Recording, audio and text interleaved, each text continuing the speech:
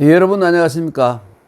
이 횡수 노인은 요즘 몸조심을 많이 하는데요. 특히 이 몸 가운데서도 목을 가장 조심하고 있습니다.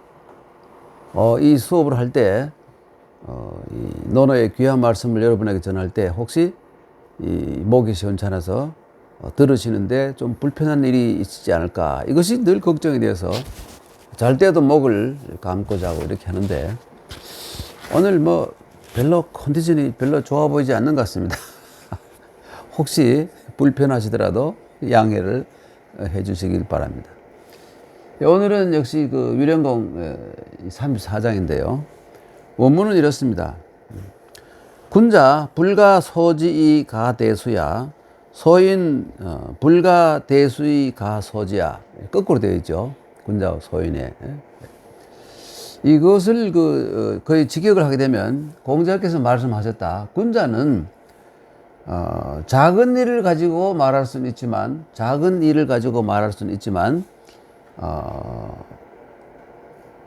이게 작은 일을 가지고는 알 수가 없다.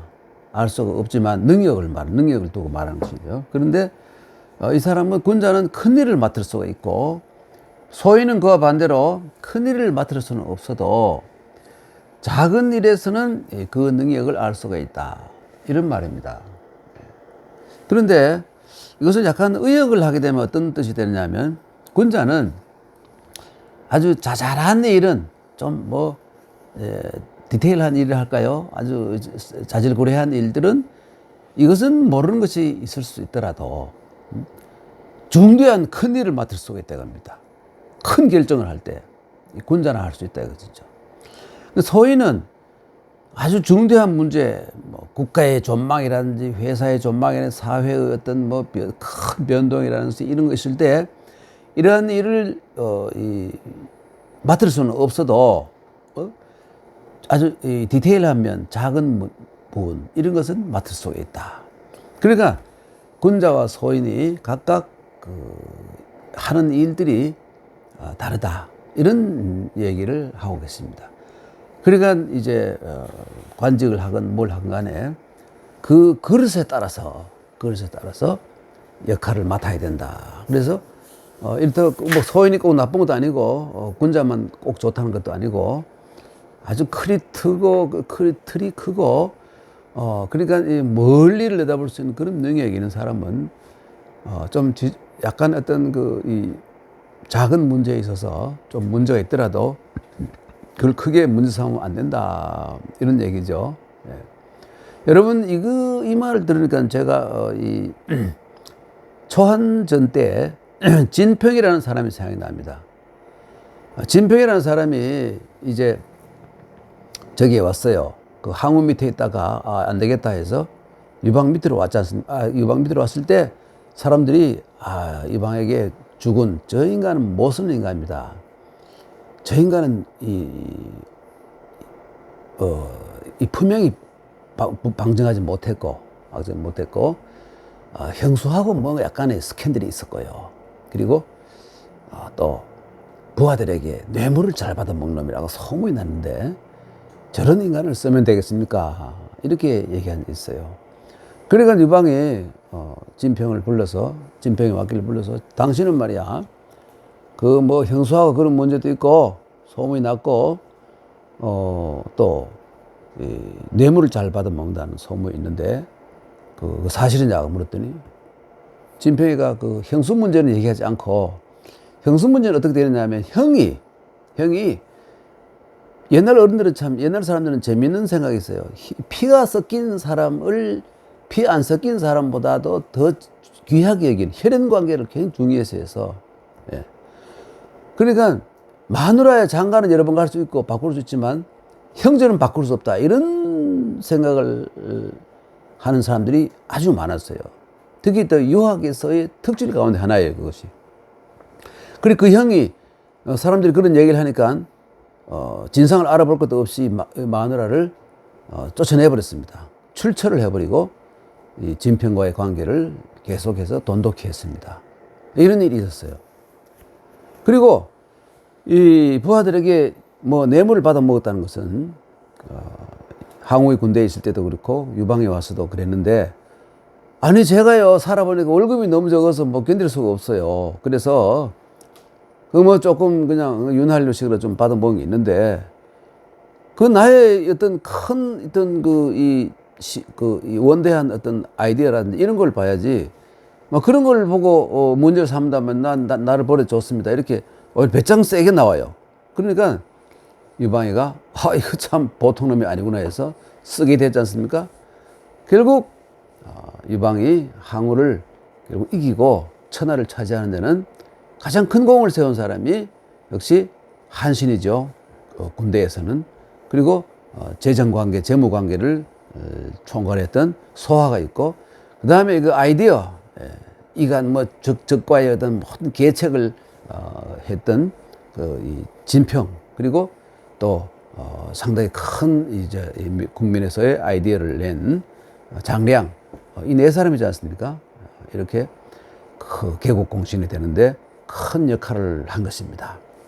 그러니까 이제 이 사람을 보고 이 자질구레한 일을 할 수 있는 사람에게는 자질구레한 일을 맡기고, 큰 일을 맡길 사람에게는 큰 일을 맡기는 그런 리더십이 있는 사람, 이게 중요하다는 것을 공자가 이를 이렇게 표현한 것입니다. 군자는 불가소지이 가대수야요, 소인은 불가대수이 가소지야라. 이 지라는 건 뭐냐면, 여러분 경기도 지사, 경상북도 지사 할 때 지라는 것이 담당한다는 말이고요. 사는 뭐냐면 그 지역에서 벌어지는 중요한 모든 일들을 얘기하는 겁니다. 지사라는 말이 그런 말이죠. 지사. 요즘 이 지사가 전국에 많이 있지 않습니까? 지사.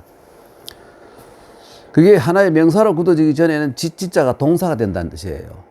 담당하다, 담당하다 하는 이런 의미를 가진 겁니다. 여기서 소지할 때 작은 것을 담당한다, 이런 의미로 쓰였다는 것입니다. 그러니까 군자는 불가소지라는 것은 자질구레한 일들을 이런 거 다 알 수가 없어요. 그러나 아주 큰 문제를 결정할 때는 이런 원대한 시각과 아주 발군의 이 재능을 가진 사람이 결정을 할 수 있는 그런 문제가 있고, 또 소인에 해당된 사람은 큰 일은 못해도 아주 그 밑에서 하나의 그 거대한 기계의 중요한 부속품이 되어 가지고 기계가 전체가 돌아가는데 빠져서는 안 되는 그런 역할을 할 수 있다. 그러니까 사람은 이 그릇을, 자기 스스로 그릇을 알고 혹은 쓰는 사람이 그 사람의 그릇을 파악해서 사용해야 된다는 이런 의미를 가진 겁니다. 그래서 이것을 좀 부드럽게 번역을 하면, 군자는 자잘한 일은 모르는 것이 있을지라도 중대한 일을 맡을 수가 있고, 소인은 중대한 일은 맡을 수가 있어도 아주 자질구레한 일을 중대한 일을 맡을 수는 없어도 아주 자질구레한 일들은 잘 알 수가 있다. 직능에 따른, 그렇죠? 이 분류라고 할 수 있겠습니다. 그럼 그 다음으로 넘어가겠습니다. 자왈 민지어이냐 심어수화, 수화 오견도이 사자의 미견도인이 사자야. 이 공자가 늘 강조하는 인에 관한 문제인데요.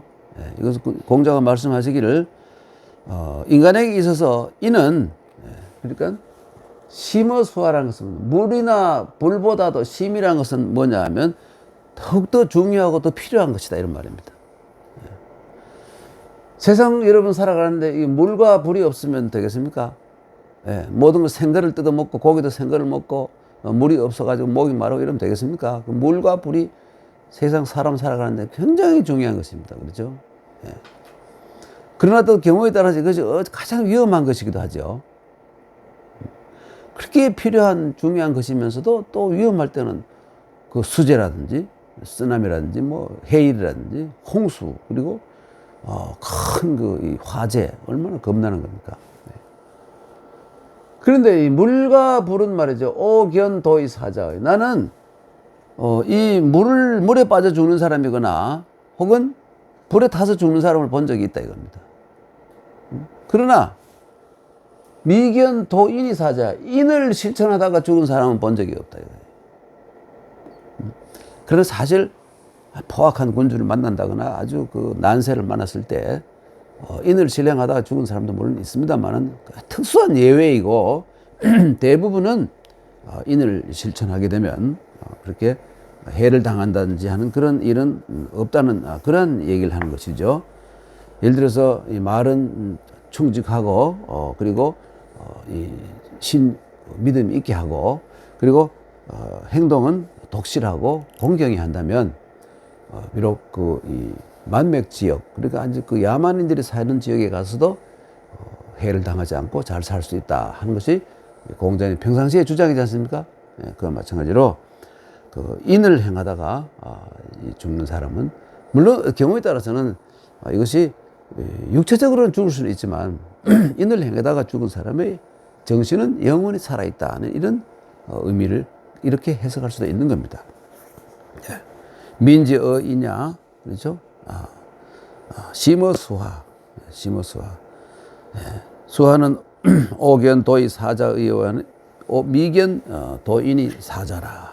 그래서 다시 한번 말씀드리면 인간에게 있어서 이는 물이나 불보다도 더 필요한 것이다.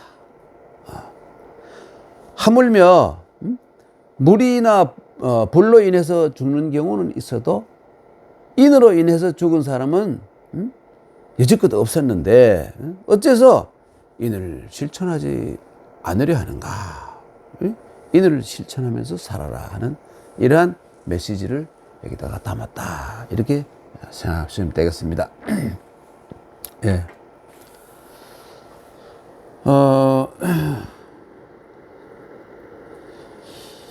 그리고 여러분 이 수하라는 그 말은 나온 보니까 말이죠. 이 맹자에 보면 이런 말이에요. 이런 말이 나요. 민비 수하 불생활야. 예. 이런 말이 나와요.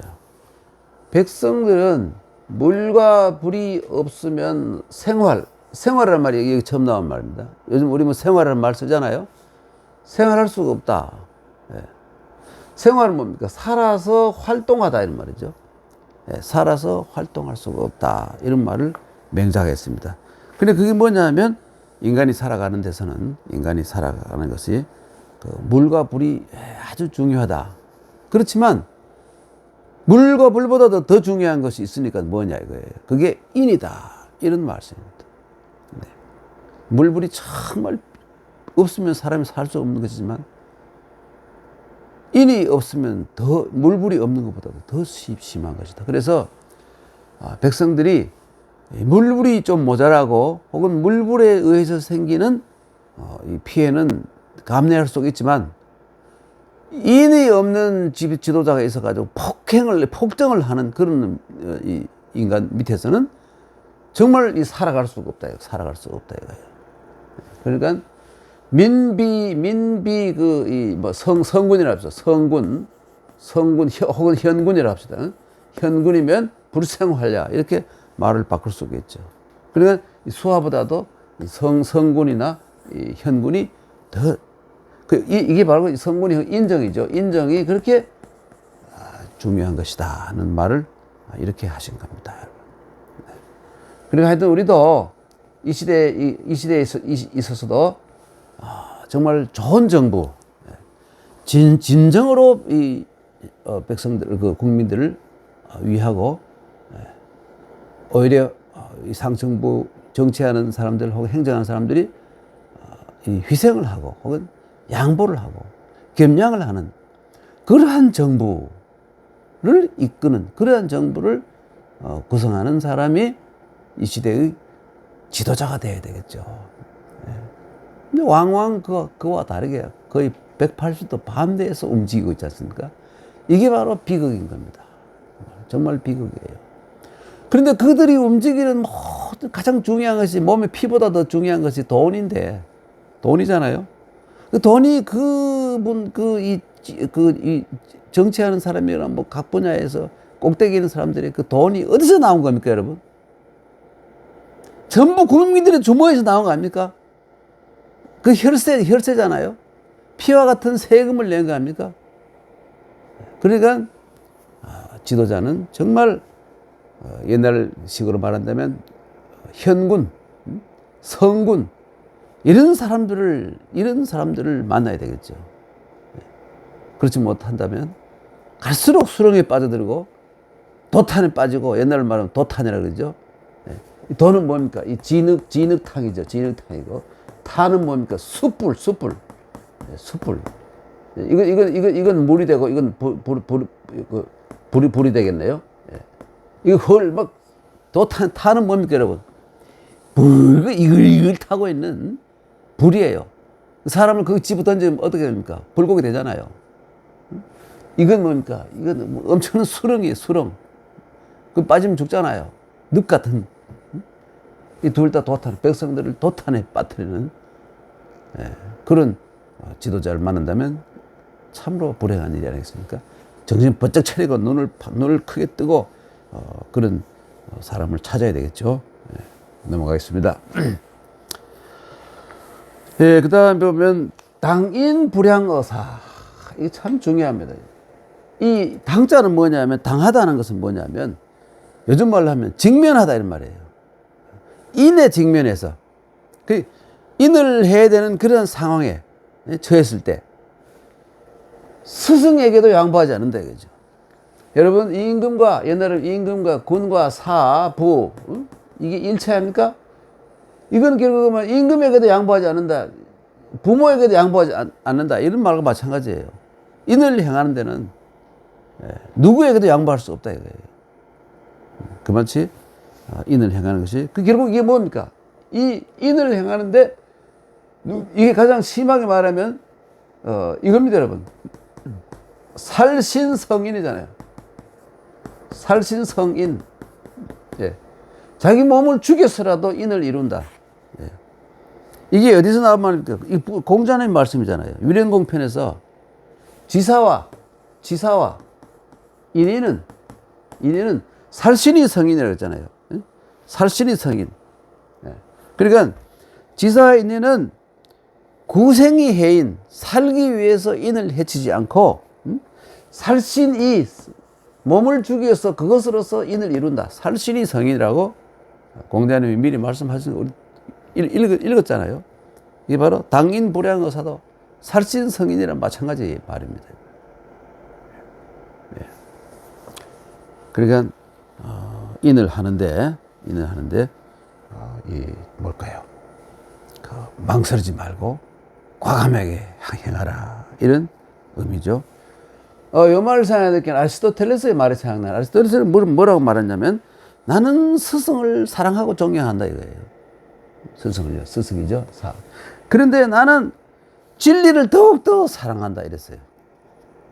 그 진리가 여기서는 아리스토텔레스의 진리는 인이란 말 마찬가지잖아요. 인을 더욱더 스승도 사랑하지만 인을 더욱더 사랑한다. 이런 말을 그 아리스토텔레스가 한 적이 있죠. 비슷한 말이에요. 그래서 보면 소크라테스나 예수나 플라톤이나 혹은 그 맹자나 공자나 이런 분들은 말이죠. 깨달은 놈이 서로 관계 크게 없더라도 아주 어떤 공통된 점이 공통분모가 굉장히 많아요. 각각 보면. 그래서 위대한 사람들이고 현인이고 성인이고 이렇게 부르는 모양이에요. 진리에 가장 가까운 말씀들을 비슷하게 하고 계시잖아요. 당인 불향어사. 당인 불향어사. 그 다음에 넘어가겠습니다. 아주 짧은 구절이죠. 군자 정의불량. 여러분 이거 참, 이 말은요 이해하기 참 쉽지 않습니다. 이해하기 참 쉽지 않고 이걸 오해하게 되면 말이죠 참 곤란한 장면도 많이 생기는데, 이게 그냥 말씀한다면 의역을 하면 이렇습니다. 군자는 정의불량, 올바르고 고드나 무덕대고 이 신의만을 고집하지 않는다. 이렇게 이 번역도 될 수 있고, 예. 또 어떻게 하면 군자는 바른 도를 굳게 지키기는 하되 무턱대고 이 신의에 얽매이지는 않는다. 예. 이걸 가지고 고주고설이라고 그러죠. 고주고설이라고 그래서 말이죠. 이 뭡니까? 이 악기를 연주할 때, 아주 여기 할 때, 저걸 하지 않고, 조율을 할 수 있게 이렇게 여유를 주지 않고, 딱 굳혀놓고, 연주하는 거와 마찬가지로. 항상 똑같게만 나오겠죠. 그죠? 이 변통이 없는 거를 고주고설이라고 그러는데, 그런 것은 군자가 할 일이 아니다는 이런 얘기인데요. 그래서 이제 정을 그냥 좀 쉽게 말해 대신으로 보고 이 량을 소신으로 봐가지고, 예, 신의 가운데서 아주 중요한 거, 예, 이거 절대로 변하면 안 되는 이것이 이 정에 속하고, 량은 뭐냐면 소신에 속하기 때문에 때때로 변통이 좀 있을 수 있는 거, 상황에 따라서 변할 수 있는 거. 예. 그리고 이거를 예를 들어서 대신을 경이라고 말한다면 소신은 이 권이라고 말할 수 있는, 권위는 변동이 좀 있는 것이죠. 이런 방식으로 풀이하기도 하고요.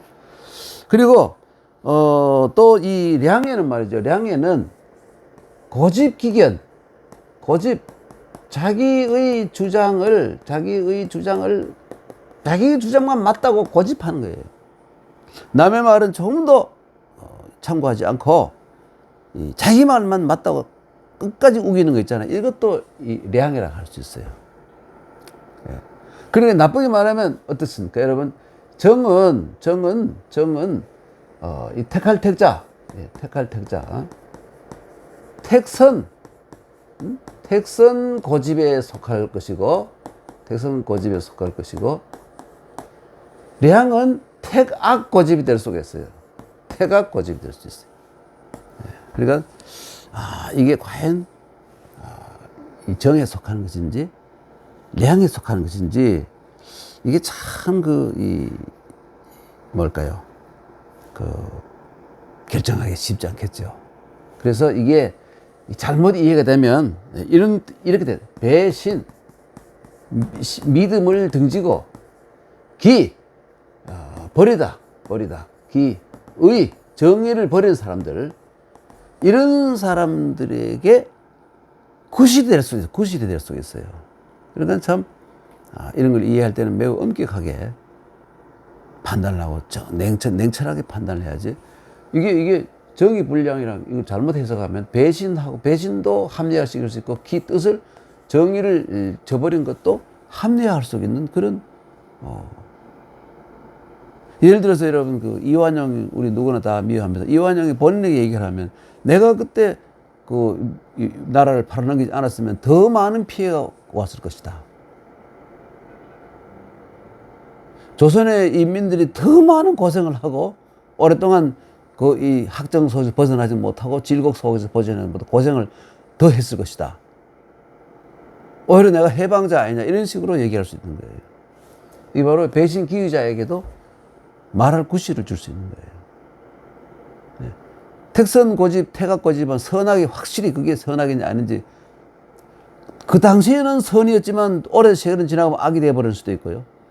그 당시에는 악이었지만 오래된 세월을 보면 그게 선이 될 수도 있고, 이게 판단이 자꾸 바뀌잖아요. 그러나 절대로 변하지 않는 것이 있다면, 아까 경과 권, 요거 경과 권도, 이거를 정확히 판단해서 해야 되기 때문에, 살아가는 데 있어서 냉철한 이지가 필요하다.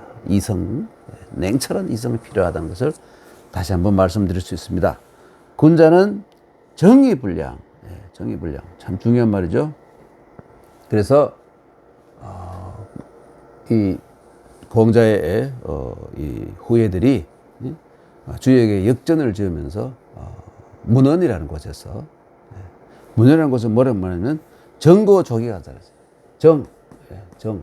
정에다가 고집할 때 정고해야 좋게 충분히 저기 간은 하단 말이죠. 간사. 예. 정고조기 간사. 예. 문헌에 이런 말이 나옵니다. 문헌에 주역의 문헌에. 그리고 이걸 사람이 공자가 지었다고 이상한 헛소리하는 사람이 있는데 그건 전혀 사실이 아니고 공자의 제자의 제자 후예들이 전국시대 때 나온 그 문헌이란 거기서 나오는 거니까. 그러니까 이 정고조기 간사 이 말이. 물론 여러분 이것이 좌전에도 인용이 되어 있습니다만은 목강이라는 여자가 했는 말로 되어 있습니다. 문헌을 인용해서. 근데 그것이 그 좌전의 책도 오랜 세월을 걸쳐가면서 판본이 자꾸 변하고 하다 보니까 뒤에 추가되고 보충되는 것이라고 보기 때문에 반드시 문헌이라는 그것이 언제 지어진 것이라고 확실한 증거가 없어요. 하여간 유학에서 정고라는 것을 굉장히 중요시 생각하고 정고해야 의지가 단단히 굳어야 이렇게 해야 큰 일을 할 수 있다. 넉넉히 큰 일을 할 수 있다. 이런 이 명제를 만들어낸 겁니다. 군자 정의 불량.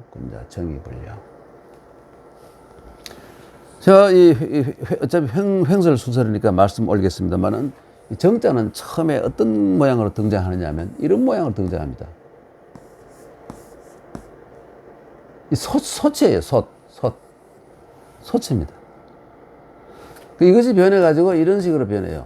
밑에 조개패가 아니에요. 그리고 위에 있는 건 뭐냐면 전복자는 뭡니까? 여러분, 이 거북이의 복갑, 거북이의 복갑, 배뼈죠? 복갑. 등뼈가 절대로 아닙니다. 점을 칠 때 거북이 등뼈로 하는 것은 100개 중에 한두 개 있을까 말까예요.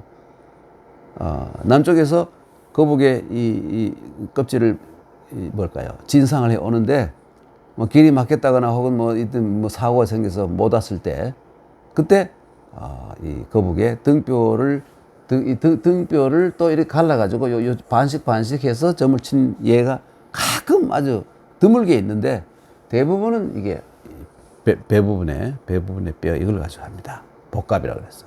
네. 저기 좀 가져와 볼래? 저기는. 마침 저기에 거기 사진이 있네요. 사진을 여러분에게 한번 보여드리도록 하겠습니다. 이거 보십시오. 이겁니다, 여러분. 좀 보이십니까? 예.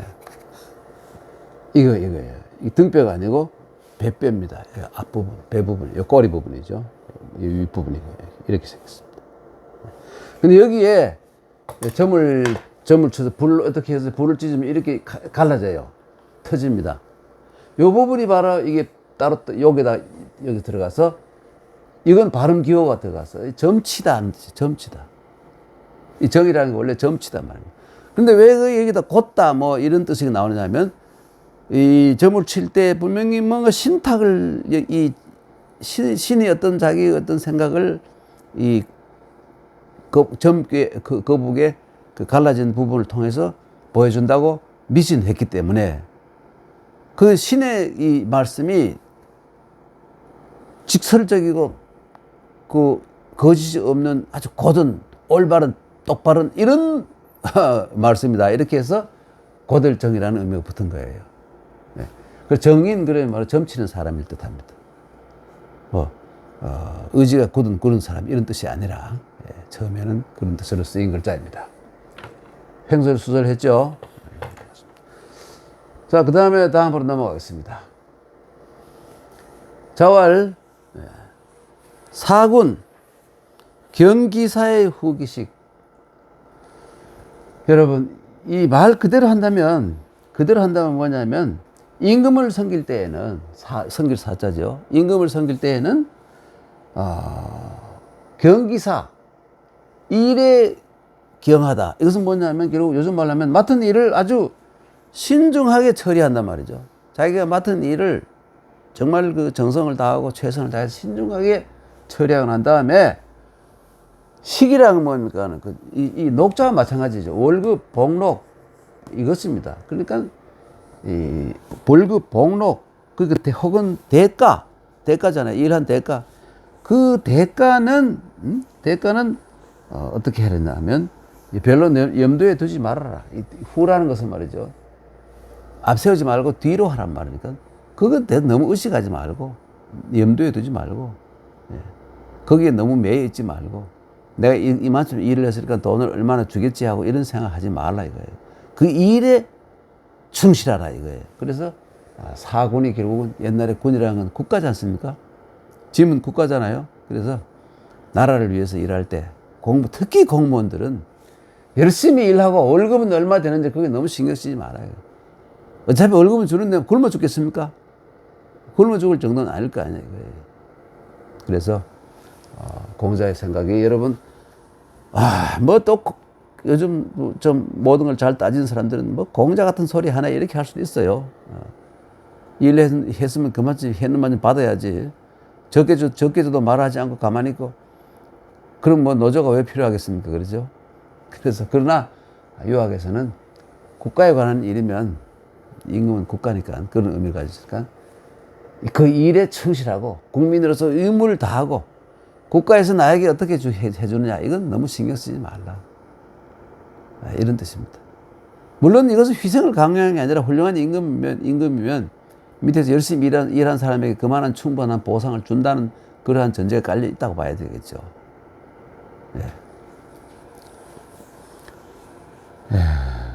경기사의 후기식.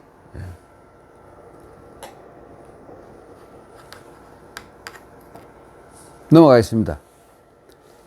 그 다음에 공자님이 또 이렇게 이거 참 공자님의 여러분 이 교육사상 가운데서 대표적인 말씀이죠. 교육사상 가운데서. 유교무류. 직역을 하게 되면 뭐냐면,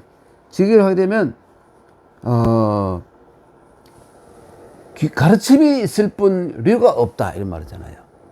가르침이 있을 뿐 류가 없다. 류는 아예 고려 대상이 아니다. 가르친다는 그것이 중요하고, 지식의 전수가 중요해서 지식을 통해서 지혜로 옮아가는 그것이 중요한 것이지. 그 사람이 류라는 것은 뭡니까? 그 사람이 가난한 사람이라든지 부자라든지 또 어리석은 사람이라든지 혹은 아주 뭐 머리가 좋은 사람이라든지 혹은 뭐 이 노나라 사람이라든지 저기 초나라 사람이라든지 뭐 우리 요즘 치면 우리 한국 사람이건 외국인이건 외국에서 오는 유학생이건 그거 따지지 않는다. 배우겠다는 생각을 가지고 배우겠다는 의지만 있으면 누구에게나 가르침을 줬다. 이것이 공자의 말이긴 하지만 공자는 결국 이렇게 하라는 제자를 혹은 지식을 혹은 지혜를 전수할 때는 이런 식으로 사람 밖하면서 그 집이 뭐 배경이 뭐 부잣집이니 가난한 집이니 뭐 권력이 있는 집이 없는 집이거니 말이죠. 외국인이건 내국 이런 거 따지지 말고 모든 인류에게 배우겠다는 의지만 있는 사람에게는 가르쳐 주어라 이거죠. 그리고 공자님은 항상 이거밖에 안 봤잖아요. 속수. 그래서 속수. 이 수는 말린 고기 한 줌, 그렇죠? 말린 고기 한 다발. 이것만 받았잖아요. 이건 왜 받습니까? 이게 예기 때문에 빈손으로 와서 털털거리고 와서 그냥 배우고 가고 집에 와서 사모님 괴롭히고 밥 얻어 먹는 좀 미안하잖아요. 가장 기본적인 예가 말린 고기 한 점은 그래도 선생님이 선물로 드리고 이게 바로 말린 고기가 바로 이게 선물이에요. 선자. 이게 우리 여러분 선물 프레젠트가 좀 이 선물이 굉장히 서양의 프레젠트를 번역해서 굉장히 널리 쓰입니다만 이게 원래 선물이란 뭐냐면 소고기, 양고기, 돼지고기 같은 실제 이게 육달러이잖아요. 이게 뭐냐 실제로 고기예요. 범위를 좀 넓히면 이런 말린 고기도 되겠죠. 말린 고기. 여기 6달러 고기 6이 들어가 있잖아요. 여기 숫자에. 이 숫자는 서로 다른 글자죠. 이 숫자는 이거는 수양하다, 수련하다 이런 말이고, 이거는 고기 숫자죠. 말린 고기 숫자잖아요. 그리고 이게 속이라 한 줌이면, 일속을 한 줌이란 말이에요. 그런 이 선물이 결국 여기 이 속도 이 선물에 속하죠. 이 선자가 고기에 속하는 고기 스승님께 고기를 잡수시고 뭐 누구에게 이 고기를 잡수시고 힘내시라 하면서 보내는 물건이 바로 선물이죠. 요즘 온갖 것이 범위가 넓어져 온갖 것이 다 선물이 되어버렸습니다. 옷도 선물이 되고 모자도 선물이 되고 말이죠. 여러분 제가요 죄송합니다만은 지금 제가 이 젊어 보이는 이 청티를 입고 나왔잖아요. 이게 제 생일 선물로 받은 겁니다. 예. 제 사돈이 계시는데 우리 제 생일이라고 이 선물을 주셨어요. 좀 우리 사돈은 저보다 연세가 적은데 좀 젊게 살아라는 이런 의미를 담은 게 아닌가 싶어요. 아주 좋은 선물이죠. 그리고 옛날에는 이게 선물이 아니죠.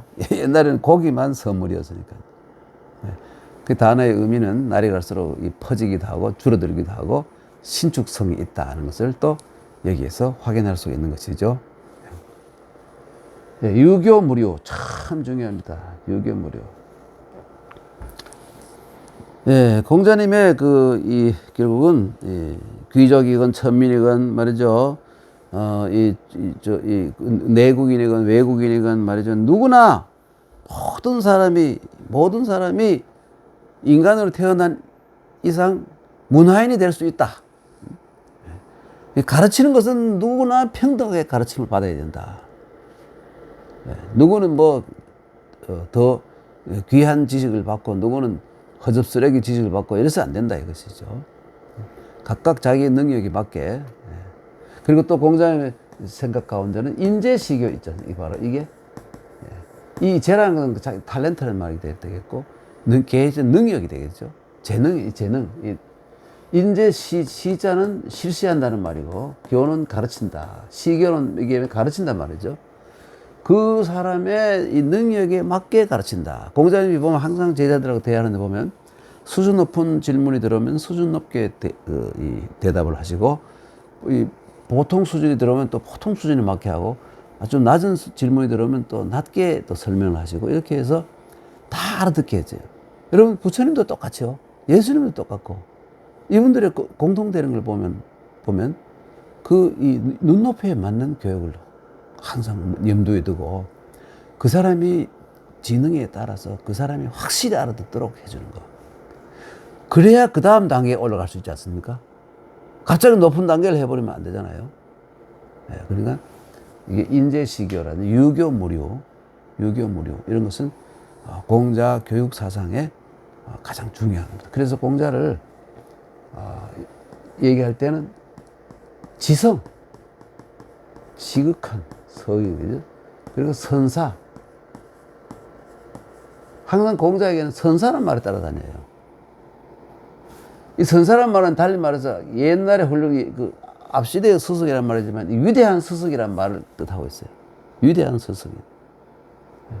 그래서 이 중화권에서는 공자의 생일을 스승의 날로 하고 있기도 하죠. 스승의 날로. 그래서 공자가 위대한 스승, 인류의 스승, 중국의 스승, 노나라의 스승, 중국의 스승을 벗어나서 아시아의 스승이 아니라 이제 인류의 스승이라고 인정하고 있지 않습니까? 4대 성인이라고 그러고. 그래서 공자는 교육자로서의 아주 위대한 전범이었다 하는 것을 우리가 알 수가 있는 겁니다. 유교무류. 유교무류라는 건 생각하니까 말이죠. 참 중요한 말씀을 하셨구나. 공자님이. 그래서 공자님이 그 당시에 제자들이 노나라 사람뿐만 아니라 저기 멀리에서도 오고 말이죠. 중국 각지에서 몰려 들어온 거예요. 그 당시에는 3,000명이라 그러는데 그건 약간의 뻥이 좀 든 것 같고, 근데 아무래도 수백 명은 되었을 거로 보입니다.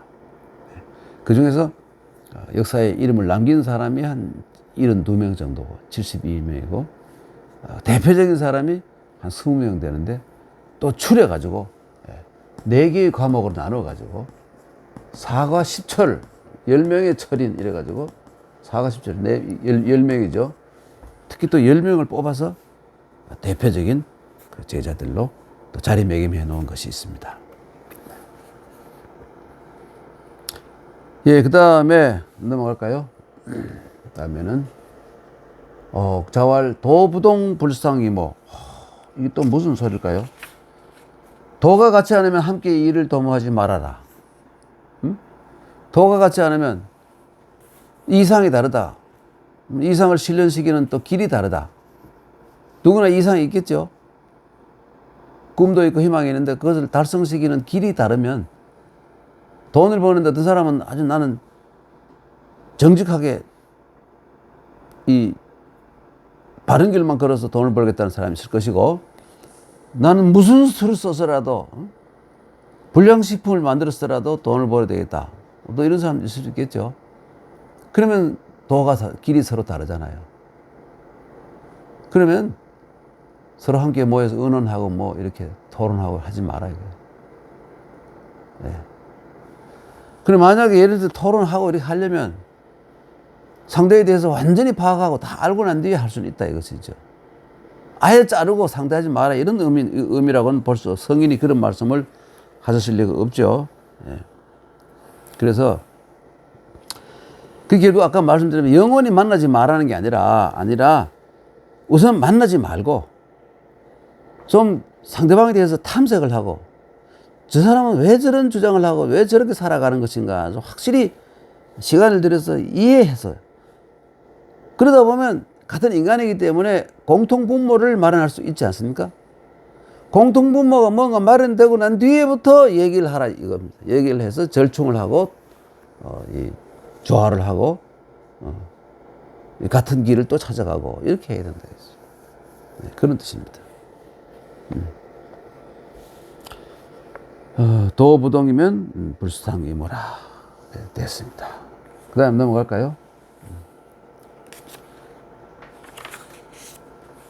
아주 짧은 기절이죠, 여러분. 사달이의. 이게 무슨 말일까요? 사달이의. 사라는 것은 말씀이잖아요. 말씀사잖아요. 뭐 사실 저 사자나 이 사자나 마찬가지입니다, 여러분. 본래의 뜻은 마찬가지예요. 그런데 이 언사잖아요. 결국 언사. 이 언사라 그러잖아요. 이 언사를 말을 언사라 그러죠. 네. 말은 달이의. 달은 뭐냐면 전달만 되면 그만이 되고요. 그 이게 무슨 뜻이냐면 말을 할 때 교묘하게 이 교언, 교묘하게 꾸민다거나 감언이설, 감언이설할 때 감언을 만든다거나 이럴 필요 없다 이거예요. 이 사가 또 글이 뒤는 글이라는 의미를 또 가집니다. 글을 쓸 때 직설적으로 혹은 소박하게 상대방이 읽는 사람이 이해하게만 쓰면 되지. 말이죠. 아주 화려하게 교묘하게 꾸미는 거 그거 하지 마라 이런 건 말이에요. 공자님 생각이 이건 뭐 여러분 찬성할 수도 있고 안 할 수도 있는데 공자님 생각은 이랬다는 겁니다. 사달이 그래가지고 그런데 이 사자를 다산 선생이나 상당히 이 많은 학자들은 청나라 때 다산 선생과 거의 동시에 살았던 이 무억이라는 사람들, 무억 유명한 학자입니다. 청나라 고정학자인데 무억이라든지 다산 정약용 우리나라의 정약용 선생 이런 분들은 이거를 사를 어떻게 보았느냐 하면 외교관의 언변, 외교관의 말 이렇게 이 원래 뜻은 공자님이 말씀하실 때 뜻은 그렇게 한정된 것이었다 이렇게 생각한 겁니다. 외교관이 사신을 가서 하는 말 그게 뭐냐면 막 꾸미려고 하지 말고 이 자기가 사명을 받았을 때 이 군주가 전해달라고 했던 말 이런 거 있지 않습니까? 이것을 정확하게 전달만 하면 된다. 전달을 못하거나 혹은 지나치게 꾸미고 해서 상대방이 오히려 오해하게 하고 알아듣지 못하게 하고 이런 거는 좋은 외교관이 못 되고 알아듣게 정확하게만 전달만 하면 된다는 이런 뜻을 가지고 있었다. 예, 이렇게 했습니다. 그래서 그러나 뒤에는 이것이 의미가 많이 확대돼 가지고 이 사를 문장까지도 문장까지, 말뿐만 아니라 문장까지도. 그러니까 이 첫 번째 이거는 외교관의 말이고, 두 번째는 일반 모든 사람들의 말이 되어버렸고, 세 번째는 문장까지도 다 의미하는 글까지도 의미가 되어버린 겁니다.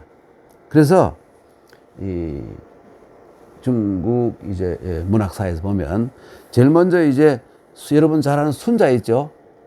성악설을 말했던 순자라든지, 혹은 그 문심조령이라는 그 엄청나게 그 유명한 그 이 문학 이론서를 쓴 유협이라든지, 그리고 여러분이 잘 아는 그 당나라 때의 그 당송 팔대가의 한 사람인 유종원, 이런 사람들은 문이명도 글은 뭐냐면 도를 그냥 밝히는 것에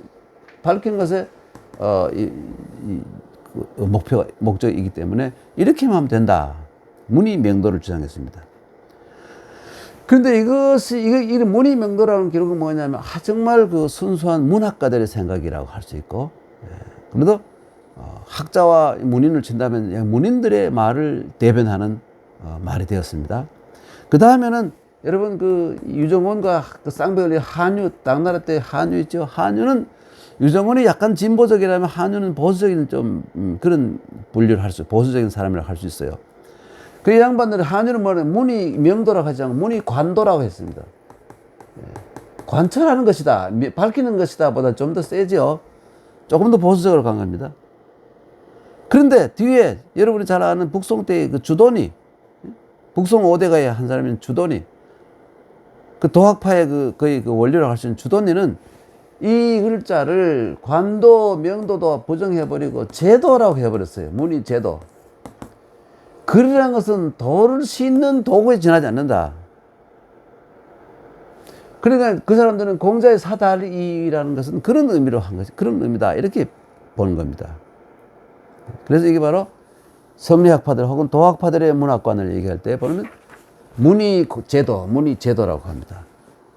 그래서 문학에 대해서 그다지 꾸미고, 문학이란 문식하고 꾸민다, 화려하게 하다, 이런 것을 아주 거부하고, 아주 소박하고 박질하고 소박하고 무명배같이, 무명배 같은 글을 써야지 비단 같은 글을 쓰면 안 된다. 그래서 오히려 독자를 현혹시키고 독자에게 이 창작한 사람이 전하고자 하는 의도가 오히려 가려져 버리고 오해될 수도 있고 곡해될 수도 있으니까 그러면 안 된다, 이렇게 보는 겁니다. 그리고 우리나라에는 이 문의 제도설이 가장, 특히 조선시대에 와서, 조선 후반기에 와서 문의 제도 시대가 되어가지고 말이죠. 문장을 교묘하게 꾸미고 이런 것을 아주 기피하고 싫어한 그런 분위기였어요. 그래서 이 학문을 더, 학자의 그 질박한 글을 더 좋아하고, 문인들이 쓴 아름다운 글을 이상하게도 배척하고 경시하는 그런 분위기가 되었던 시절이 수백 년간이나 있었습니다. 참고로 말씀드리죠. 사달이라는 말이 나오기 때문에 그 말씀을 드린 겁니다. 예.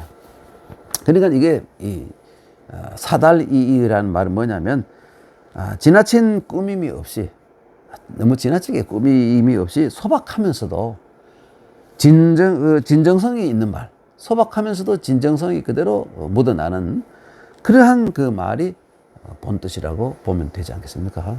그런 것 같습니다. 예, 그 다음에 이게 우리 위령공 편의 마지막 것 같은데요. 위령공 편의 마지막이군요. 예. 사면, 이게 원래 원래 견이 맞는데, 우리나라에서는 중국에서는 그대로 지엔 이렇게 그대로 지엔, 예. 지엔 이렇게 하는데, 우리나라에서는 시엔 이래가지고 현 뵙다 이렇게 만들어냈습니다. 이게 우리나라에도 고유한 이 면이기 때문에, 누가 나이가 적은 사람이나 혹은 학식이 낮은 사람이나 혹은 제자가 스승을 배울 때는 현이라고 이런 식으로 했는데, 중국에서는 그렇게 하지 않습니다. 중국에서는 다 견이라고 합니다. 그 현은 중국에서 현이라는 발음을 하기도 하는데, 어쩌면 드러나다 할 때, 뭐 주역에 보면 현룡 대전 할 때 용이 이 몸을 드러내어 가지고 이 전이라는 것은 민간이란 말이죠.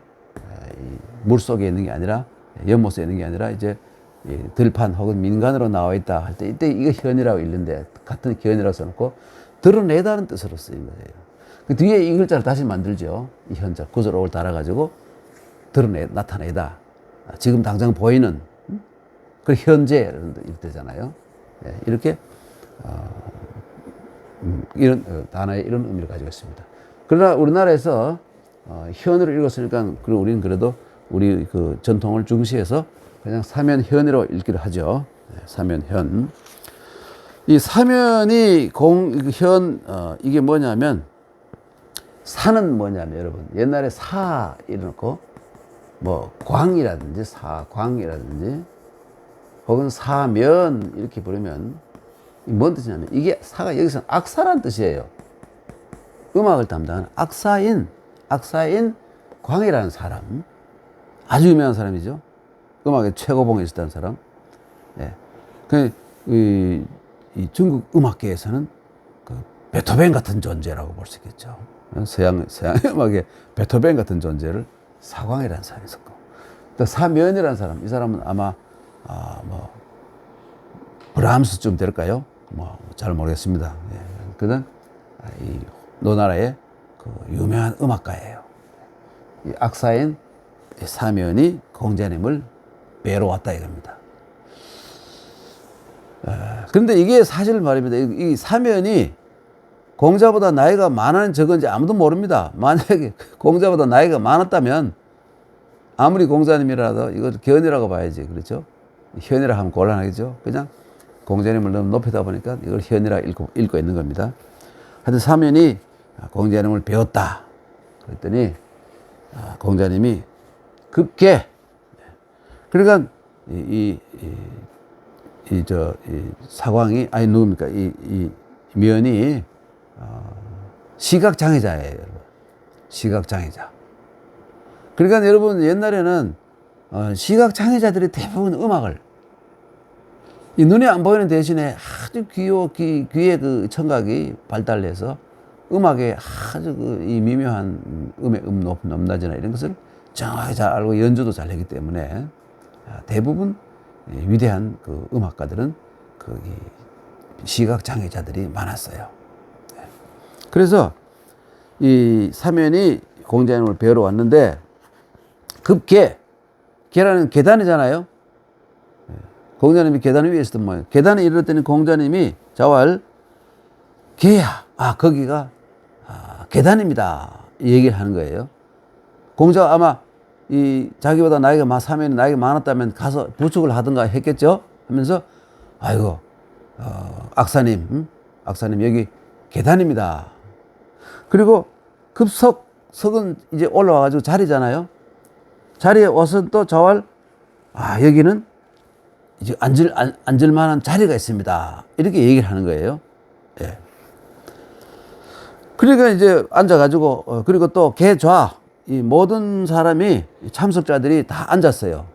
아마 이 사면의 연주를 듣기 위해서 공자님 집에서 했던가 해서 연주를 듣기 위해서 모였던 사람들이 다 제자리에 앉았습니다. 옛날에 의자가 없었어요. 전부 다 바닥에 앉았어요. 네. 요즘은 뭐 식당 가면 다 의자로 바뀌었지만 옛날에 그냥 그 신발 벗고 들어 앉는 자리 많았잖아요. 방석 깔고. 바로 옛날에 그런 상황이었어요. 그래서 계좌 다 앉았습니다. 자고지왈 공자께서 이 사면에게 고지왈 말해주기를 모제사 누구는 여기에 있고 누구는 여기에 있습니다. 선생님 제 제자 자로라는 친구는 지금 저기 앉아 있고 여기 누굽니까? 정삼이라는 친구는 여기 앉아 있습니다. 또 여기는 누가 앉아 있고 옆에는 누가 앉아 있고 그 옆에 누가 앉아 있고 이렇게 쭉 설명을 하는 거예요. 공자님이. 모제사. 그랬더니 그때 자장도 거기 있었죠. 자장 이성 보면 자도 있었겠죠. 사면이 출이라는 것은 외출 밖으로 나갔다 이겁니다. 밖으로 나갔다. 옛날에 여러분들 이 집을 땅속에 움집을 파놓고 살았잖아요. 계단 다리를 놓고 들어가서 이 집을 짓고 살았잖아요. 이 밖으로 나가는 것이 여기다 발을 하나 더 그려놔가지고 발을 그려놓고 이게 변해가지고 이렇게 출자가 되는 겁니다. 이 밑에는 것이고 여기 이 발지자가 변해가지고 이런 식 원래 이 모양이죠. 이렇게 된 거예요. 이렇게 나갔다. 사면이 결국은 이제 연주를 끝내고 잘 놀다가 이제 나갔다 집으로 돌아갔다 이것이죠. 자장이 묻기를 여사언지도요. 선생님께서 조금 전에 하신 것 좀 이상했는데 그것이 이 시각장애자인 그 악사와의 대화할 때의 방법입니까? 이렇게 물은 겁니다. 네. 그리고 장애자에게는 이렇게 대화하는 것이 그 예에 맞는 것입니까? 이렇게 물은 거예요. 그랬더니 자왈, 그렇다. 너 말 잘했다. 그렇다. 고라는 것은 이것이야말로 혹은 본래 이것이 상사지도야. 상이라는 건 뭐냐면 상은 돕는단 말이잖아요. 이 상자는 뭐 재상할 때도 상자 있습니다만은 이때 사는 뭐냐 악사 대부분이 시각장애자인 악사들을 모시는 혹은 돕는 그 방법이다. 그 눈에 안 보이는 사람에게 당연히 여기에 뭐가 있으면 뭐 말하는 게 당연하지 않느냐. 그렇죠? 귀가 안 들린 사람이 있으면 어떻게 해야 됩니까? 종이에 뭐 써가지고 보여야 될 거 아닙니까? 써가지고 이렇게 대화로 하든 필담이라도 해야 될 거 아닙니까? 귀가 안 들리면. 옛날에는 외국끼리 서로 말이 안 통하는 사람이 모이면 어떻게 합니까? 우리나라 사람들이 중국 가서 대화가 안 되면 어떻게 합니까? 그 다음에 공통어인, 공용어인 뭘 쓰면 한자로, 응? 그 서로 써가지고 보여주잖아요. 서로. 그게 필담이잖아요. 필담은 결국 뭐냐면 귀가 안 들리는 사람 마찬가지 아닙니까? 말을 들어도 무슨 말인지 모르면 들려도 모르는 거잖아요. 안 들려도 모르는 이 청각장애자나 마찬가지 아닙니까? 네. 그래서 어떤 그러한 것이 소통의 방법이 안 보이는 사람에게는 알려주는 것이고 이렇게 그리고 귀가 안 들리는 사람에게는 이 표정이라든지 손짓이라든지 글씨 이렇게 요즘도 여러분 청각장애자들을 위해서 요즘 그 어떤 TV에서 보면 나와서 이렇게 손짓 발짓 수화하잖아요. 그렇죠? 그것도 대화잖아요. 그것이 그렇게 하는 것이 당연한 도리다. 그래서 시각장애자가 많은 이 시대에 청각장애자가 많은 이 시대에 그 TV에서 그렇게 하는 것이 참 옳은 일이고 또 여러분 그 엘리베이터나 이런 데 가보면 저 시각장애자들 위한 그 점자 있죠. 그게 많잖아요. 그거 정말 얼마나 훌륭한 일입니까? 옛날에는 아예 그게 불가능했잖아요. 그렇죠? 그리고 지하철에서 이제 지체장애자 다리가 아파서 못 걷는 사람들 위해서 또 따로 승강을 할 수 있는 그런 시설을 많이 만들고 있잖아요.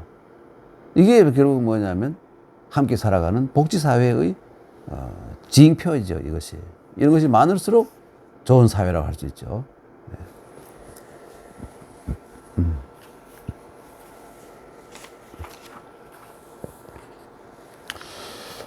여러분 이렇게 해서 우리가 논어 제 15장 위령공을 마쳤습니다.